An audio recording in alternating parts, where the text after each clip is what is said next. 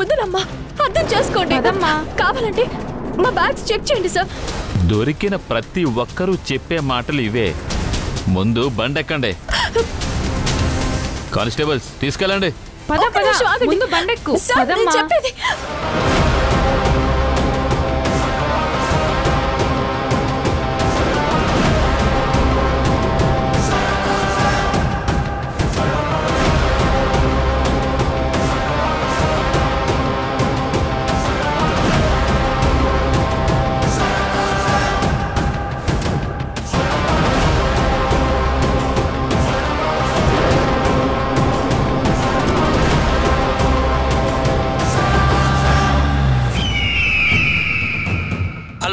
చెప్పండి సార్. మీకు breaking news పంపిస్తున్నాను. టెలికాస్ట్ చేసుకుని పండగ చేసుకోండి. Okay sir. రేయ్, చీకట్లో జరిగిన ఈ డ్రామా అందరిళ్ళలోకి ప్రయాణం. దీంతో నా పగ కాస్త 50% సమాప్తం.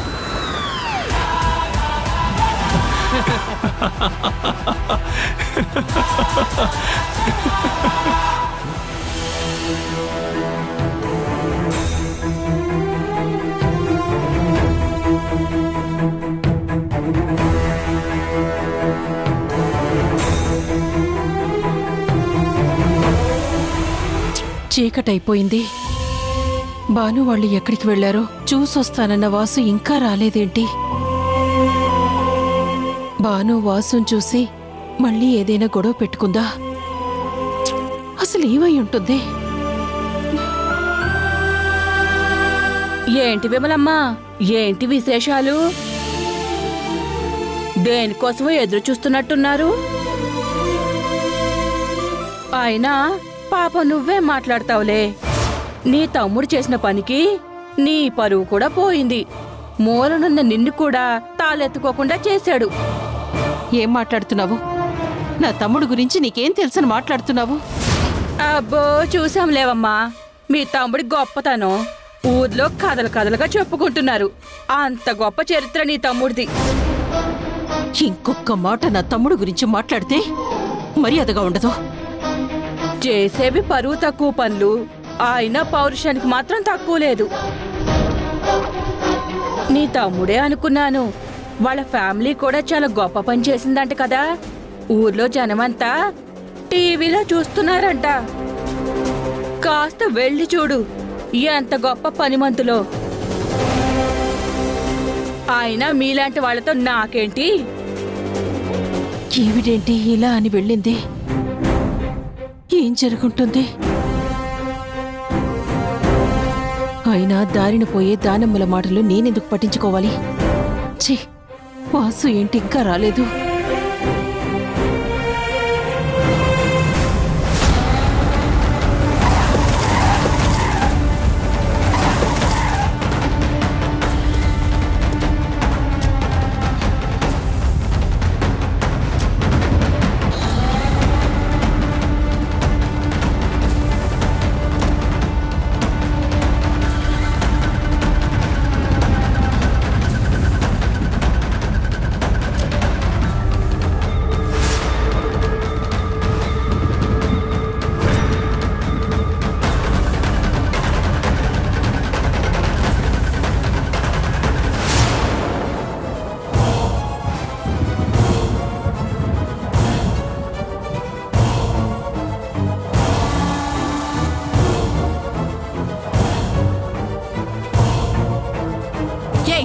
మేమెవరనుకుంటున్నారు? మీకెన్నిసార్లు చెప్పినా అర్థం కావట్లేదా? మీరు అనవసరంగా మమ్మల్ని ఇక్కడికి తీసుకొచ్చారు.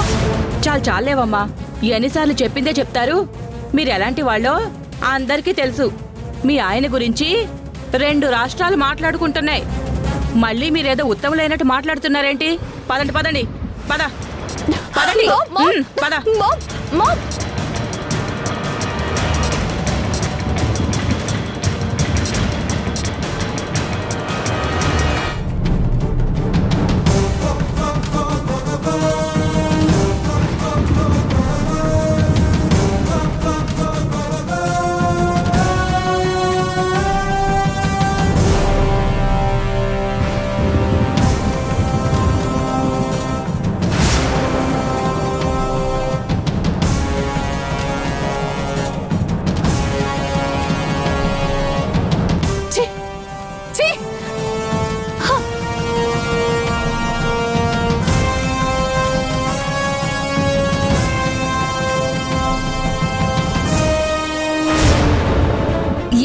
ఉందని మమ్మల్ని ఇక్కడికి తీసుకొచ్చి మాతో మిస్బిహేవ్ చేస్తున్నారు. పోలీసులని రెస్పెక్ట్ ఇస్తుంటే పద్ధతి లేకుండా ప్రవర్తిస్తున్నారు. ఇప్పుడే మా లాయర్తో మాట్లాడతాను, మీ అంత చూస్తాను. ఏమన్నా ఉంటే రేపు కోర్టులో చూసుకోండి.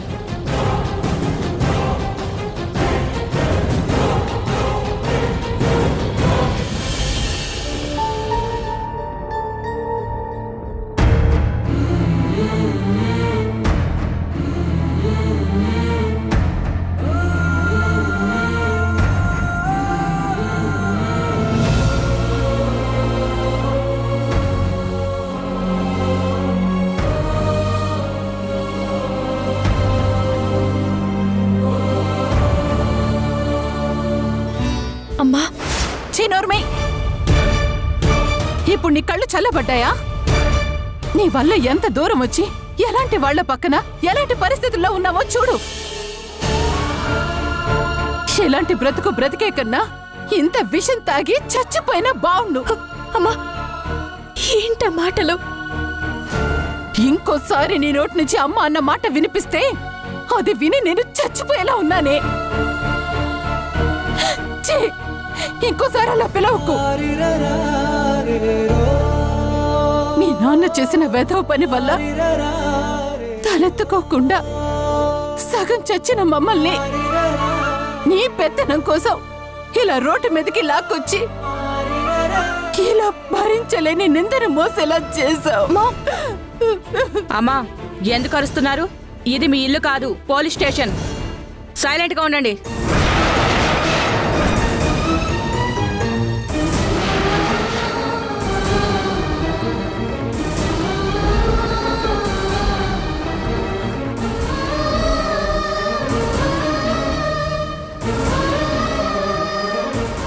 ఏంటక్క ఇలా జరిగింది?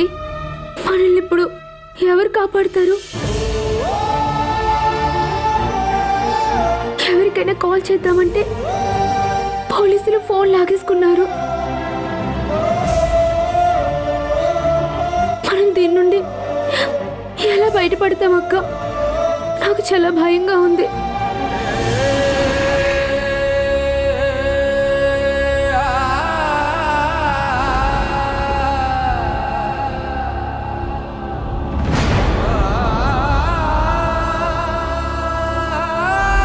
సమాధానం లేని ప్రశ్నలకు నేనెలా సమాధానం చెప్పగలను? కానీ ఏదోలా ఇక్కడి నుంచి బయటపడాలి.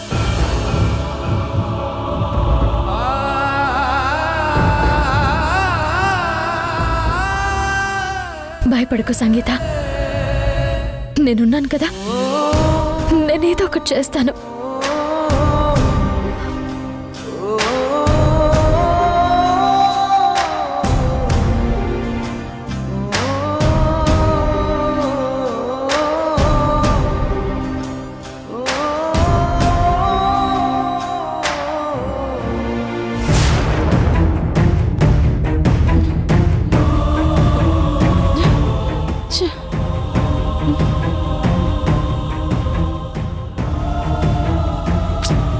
ఈ వాసు ఏంటి ఇంకా రాలేదు? ఎక్కడికి వెళ్ళుంటాడు?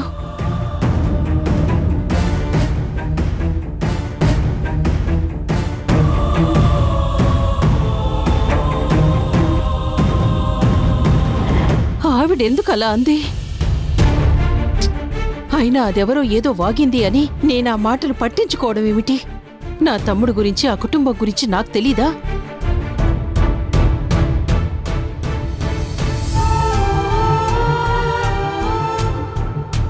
వాసు రావడం లేదు. వాళ్ళు కలిశారా? కలిస్తే ఎక్కడున్నారు? ఏమీ తెలియడం లేదే. ఒకసారి ఫోన్ చేస్తే తెలుస్తుంది కదా.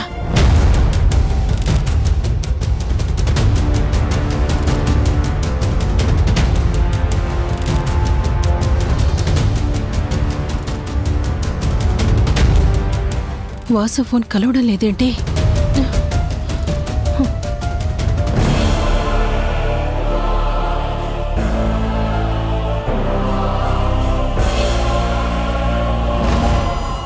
అదేదో అంది అని నేను టీవీ చూడ్డం మానేయాలా?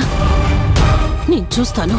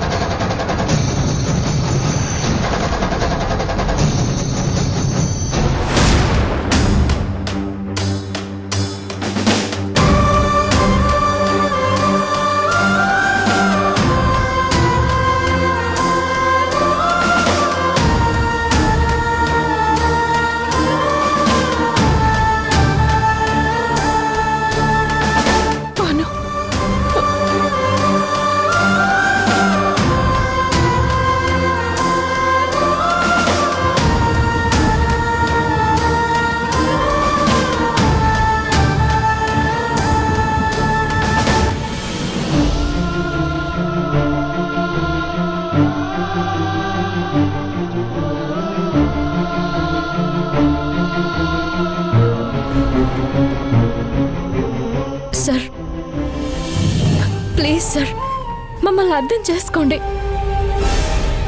మీరు అనుకుంటున్నట్టుగా మేమే తప్పు చేయలేదు. పొరపాటుగా మీరు మిస్అండర్స్టాండ్ చేసుకుని మమ్మల్ని ఇక్కడికి తీసుకొచ్చారు.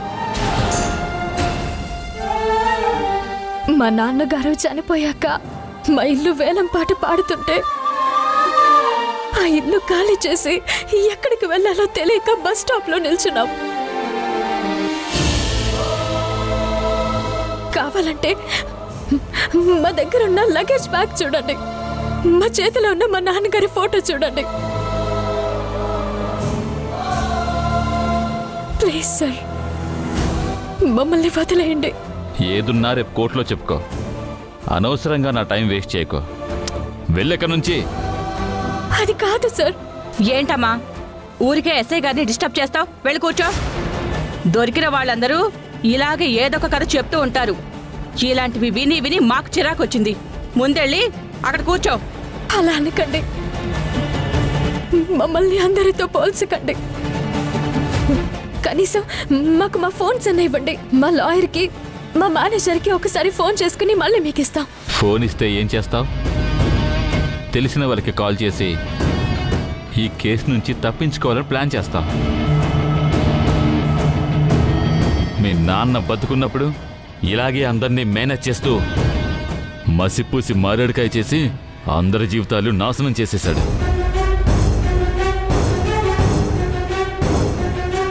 ఇప్పుడు మీ గురించి ఒక్కొక్కటి బయటపడుతుంది. నువ్వందరికీ ఫోన్ చేసి మీ నాన్నలాగా దొరకకుండా తప్పించుకోవడానికి ప్లాన్ చేస్తున్నావా? నువ్వు ఎన్ని రకాలుగా ప్రయత్నించినా, ఎన్ని అబద్ధాలు చెప్పినా ఈ కేసు నుంచి నువ్వు తప్పించుకోలేవు. అనవసరంగా గొడవ చేయొద్దు. మిమ్మల్ని ఎవరూ కాపాడలేరు. అది డిసైడ్ చేయడానికి మీరెవరు?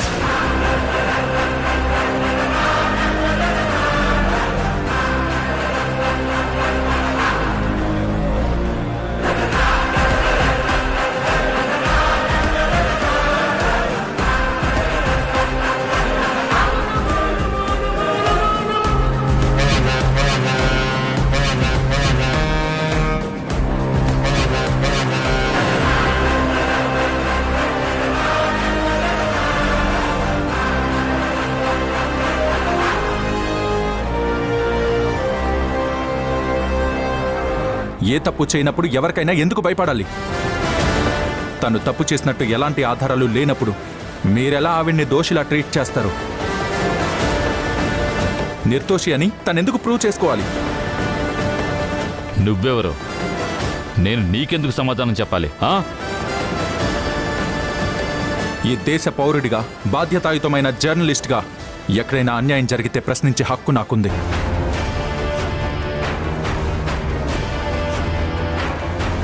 అది రోడ్డైనా, పోలీస్ స్టేషన్ అయినా సమాధానం ఇచ్చే బాధ్యత మీకు కూడా ఉంది.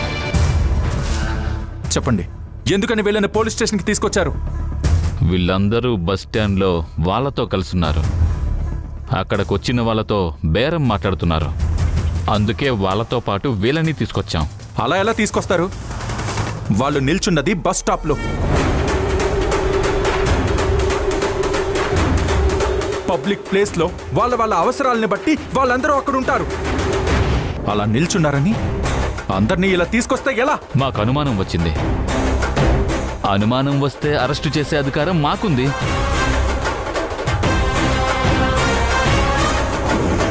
ఈ విషయం మీకు చాలా బాగా తెలుసు అనుకుంటాను. వాళ్ళు తప్పు చేయలేదు అనడానికి వాళ్ళ దగ్గర బోల్డ్ అని ఆధారాలున్నాయి. మరి వాటి సంగతేంటి? ఈ రోజు ఉదయం వాళ్ళ నాన్నగారు చనిపోయారు. ఈ రోజు మధ్యాహ్నం ఆయన కర్మకాండలు జరిగాయి.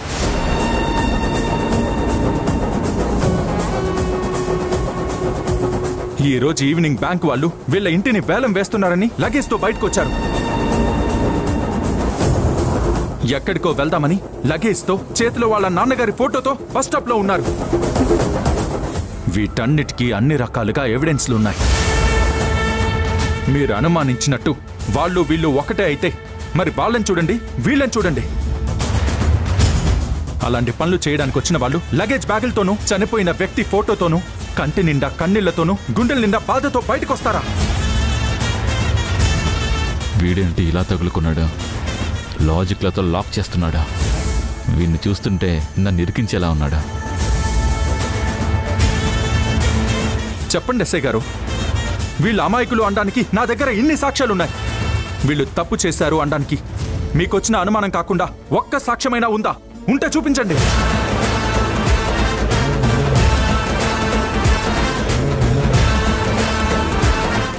లేదా వెంటనే వీళ్ళని బయటికి పంపించండి.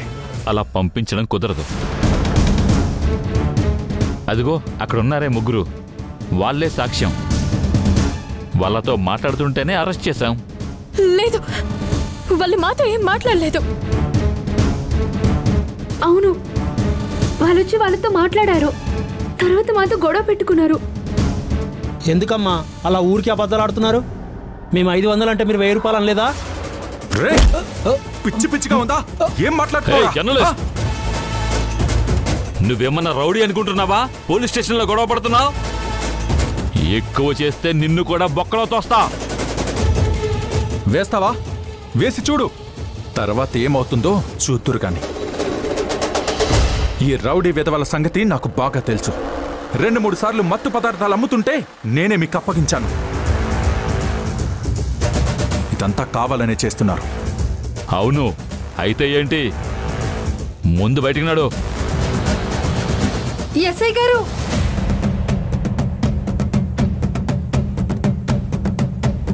ఎందుకు ఈ అమ్మాయిల్ని ఇలా హింస పెడుతున్నారు? వీళ్ళకి మాకు ఎలాంటి సంబంధము లేదు. ముందు మేము కూడా అపార్థం చేసుకున్నాం, కానీ ఈ బాబు వచ్చి పరిస్థితి మొత్తం చెప్పాక నాకు అర్థమైంది. ఈ వెధవలు తాగుబోతు సచ్చినోళ్ళు ఎప్పుడు మమ్మల్ని హింసిస్తూనే ఉంటారు. వీళ్ళ మాటలన్నీ అబద్ధం. వీళ్ళు అమాయకులు. ఏయ్ నోర్మయ్, గమనుండు, వెళ్ళి నిల్చో. చూడండి ఎస్ఐ గారు, ఇంకా లాక్కండి, తెగిపోతుంది. మా వాళ్ళ అమాయకులు అనడానికి చాలా సాక్ష్యాలున్నాయి. ఇప్పుడు ఈవిడ సాక్ష్యం కూడా తోడైంది. ఇవన్నీ కూడా నా దగ్గర రికార్డ్ అయ్యాయి. ఇంకా ఎక్కువ చేస్తే ఎస్పీ గారి దగ్గరికి వెళ్తుంది ఈ మ్యాటర్. రేపు సోషల్ మీడియాలో ట్రెండ్ కూడా అవుతుంది. అందుకే నా మాట విని మా వాళ్ళని వదిలే. లేదంటే ఇదంతా నువ్వు ఎందుకు చేస్తున్నావో మొత్తం బయటికి తీస్తా, నీ అంతు చూస్తా. అనవసరంగా వీడితో ఇంకా ఆర్గ్యుమెంట్ చేస్తే నేనే ఫూల్ అయ్యేలా ఉన్నాను.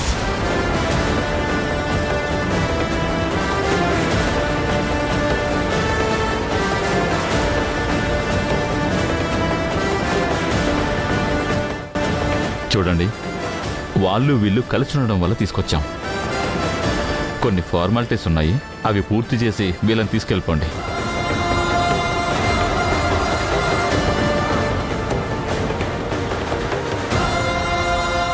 దానికోసం ఎందుకు ఇంతలా ఆవేశపడి గందరగోళం చేస్తున్నారు? ఒకటి గుర్తుంచుకో, ఎప్పుడైనా మీడియా పోలీసులు కలిసే ఉండాలి.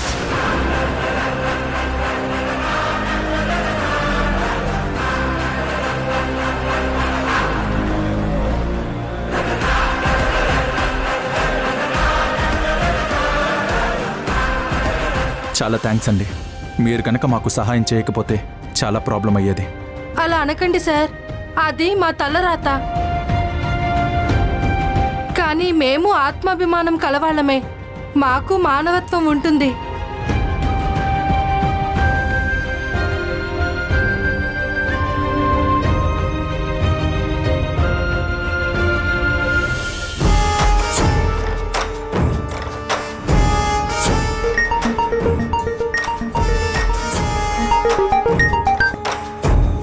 చెప్పేసాయి, ఏమంటున్నారు? సార్, నేను వాళ్ళని వదిలేస్తున్నాను సార్.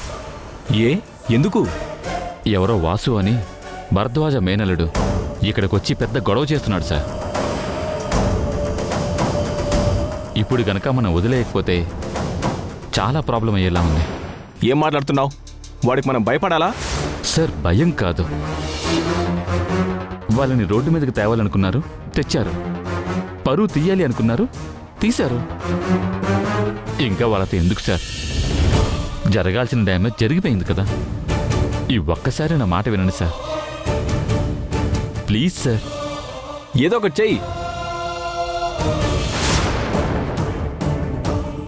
ఏ మూడ్లో ఉన్నాడో త్వరగానే మాట విన్నాడు.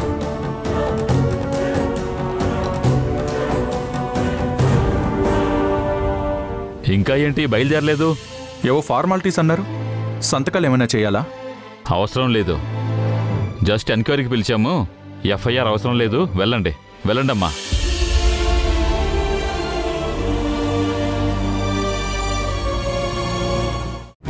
అక్క, మనం ఇప్పుడు ఎక్కడికి వెళ్తున్నాం? సంగీత, ఈ అర్ధరాత్రి ఎక్కడికని వెళ్తారమ్మా? పదండి మన ఇంటికి వెళ్దాం.